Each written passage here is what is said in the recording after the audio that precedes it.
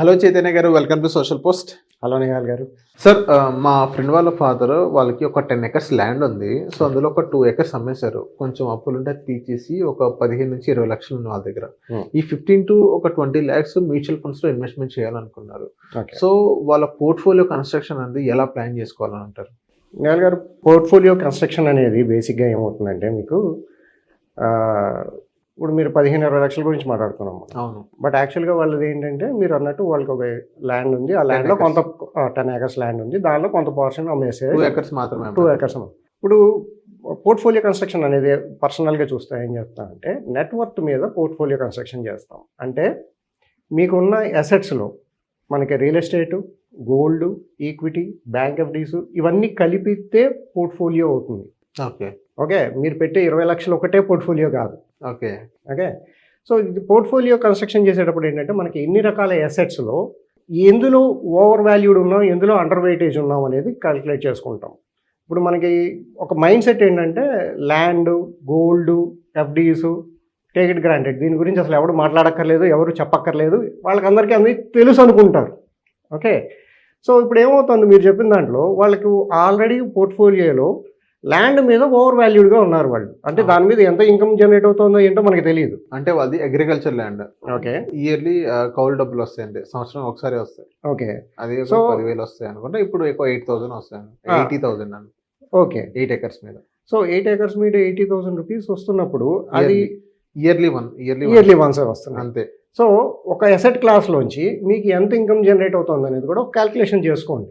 Okay, so ఎంతసేపటికి మనము land value పెరుగుతుంది, ల్యాండ్ వాల్యూ పెరుగుతుంది, ల్యాండ్ వాల్యూ పెరుగుతుంది అంతే. ఓకే, ల్యాండ్ వాల్యూ పెరుగుతుంది, but what about your regular income? ఇప్పుడు మీరు దేనికి ఇప్పుడు దాని నుంచి డైవర్సిఫై ఎందుకు చేసి చూస్తున్నారు? మీకు రెగ్యులర్ రన్నింగ్ క్యాష్ ఫ్లో కూడా కావాలి కాబట్టి చూస్తున్నారు. అలాంటప్పుడు ఏంటంటే ఒక అసెట్ క్లాస్లో మోర్ దాన్ 60-70% ఉండడం, అది ల్యాండ్ అవ్వచ్చు, గోల్డ్ అవ్వచ్చు, ఈక్విటీస్ అవ్వచ్చు, ఏదైనా సరే అన్ని ప్రొపోర్షనేట్గా ఉంటేనే మనకు పోర్ట్ఫోలియో సమంగా ఉంటుంది అనమాట. ఏది ఎక్కువ ఉండకూడదు, ఏది తక్కువ ఉండకూడదు. ఉప్పు కారాల్లాగానే ఏది ఎక్కువ తక్కువలో ఉన్నా మొత్తం పాడైపోతుంది. అంటే పాడవడం అంటే ఎక్కడో అక్కడ కాంప్రమైజ్ అయిపోతాం. మనకి ఏంటంటే ముందుకు వెళ్ళడానికి అవకాశాలు ఉండవు. సో కొన్ని చోట్ల ఏంటంటే ఎమోషనల్ వాల్యూస్ ఎక్కువ ఉంటాయి.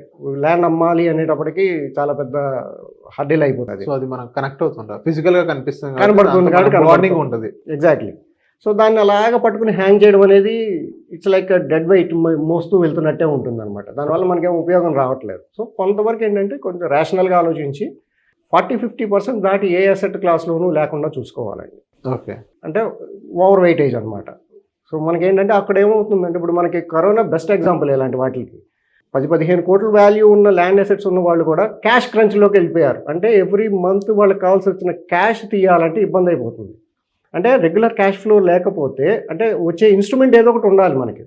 సో మనకి ఇది ఉంటుంది, ఏదైనా ఒక పరిస్థితుల్లో ఒక చోట ఒకటి బ్లాక్ అయిపోయింది అనుకోండి, సో రెండో దానికి కావాలి అన్నప్పుడు మనకి ఇంకేం కనబడట్లేదు. అందుకని ఏంటంటే అసెట్స్ బిల్డింగ్ అప్పుడు కూడా ఏంటంటే ఈజీ లిక్విడిటీ ఉండే దీంట్లో చూసుకోవాలి. అంటే ప్రొపోర్షనేట్గా అనమాట. ఇప్పుడు 40%, 50% దాటకుండా రియల్ ఎస్టేటు, 10-15% గోల్డ్, ఒక 10-15% ఈక్విటీ, ఒక 10-15% or 5% into banks, FDs and all. So ఏంటంటే స్టెప్ బై స్టెప్ ఫస్ట్ మనం బ్యాంక్లో చూస్తాం, ఎందుకంటే ఈజీ లిక్విడిటీ, బ్యాంక్ అకౌంట్లోకి వెళ్తాం, అకౌంట్ డ్రా చేస్తాం. మీరు ల్యాండ్కి ఎప్పటికి వెళ్తారు? ఇవన్నీ అయిపోయి ఏది కాకపోతే దాని దగ్గరికి వెళ్తున్నారు. అది ఎక్కువ ఉండక్కర్లేదు కదా, ఇవి కదా మేము వరుసగా చూసుకునేది. సో ఏంటంటే ఇదొక మైండ్ సెట్ అండి. పాస్ ఆన్ చేస్తాము మనం, అసెట్స్ని పాస్ ఆన్ చేస్తాం. ఏ అసెట్ అయినా పాస్ ఆన్ చేయొచ్చు, ఏ అసెట్కైనా వాల్యూ పెరుగుతూనే ఉంటుంది. ల్యాండ్ ఒక్కటే పెరుగుతుంది, గోల్డ్ పెరగదని కాదు, ఈక్విటీ పెరగదని కాదు. మన బేసిక్ మైండ్ సెట్ అనమాట. ఇవి పర్సంటేజ్లో చూసుకుంటూ నేర్చుకున్నాం అనుకోండి, రియల్ ఎస్టేట్ ఇండియాలో 11-12% కంటే పెరగట్లేదు. అదే సేమ్ ప్రపోర్షనేట్లో మనకి గోల్డ్ అండ్ కమోడిటీస్ కూడా అంతే పెరుగుతున్నాయి. ఈక్విటీ 14-15% పెరుగుతుంది, బ్యాంక్ ఎఫ్డీస్ అరౌండ్ 6-7%. సో దీంట్లో ప్రొపోర్షనేట్గా దేనిలో ఎలా చేయాలనేది మనమే క్యాలిక్యులేషన్ చేసుకుంటే అర్థమైపోతుంది. సో మనలాంటి వాళ్ళు ఎవరైనా కూర్చోబెట్టి మాట్లాడామనుకోండి, ఎక్కువ వచ్చే అసెట్ క్లాస్లో ఎక్కువ పెట్టుకుంటామో, తక్కువ వచ్చే దాంట్లో ఎక్కువ పెట్టుకుంటామో అనేది. సో అదేంటంటే మన రిక్వైర్మెంట్ని బేస్ చేసుకుని, మనకు వచ్చే క్యాష్ ఫ్లో రిక్వైర్మెంట్స్ని బేస్ చేసుకుని ప్రొపోర్షనేట్గా అలగేట్ చేసుకోవాలి. ఏ అసెట్ క్లాస్లోనూ ఎక్కువ ఉండకూడదు, ఓవర్ వెయిటేజ్ అనేది ఉండకూడదు. సో ఇప్పుడు మా ఫ్రెండ్ వాళ్ళ ఫాదర్ ఎలా ప్లాన్ చేయాలంటారు సార్? ఇప్పుడు ఈ 15 to 20 lakhs అని అన్నాడు, మ్యూచువల్ ఫండ్స్లో పెట్టాలనుకున్నారు.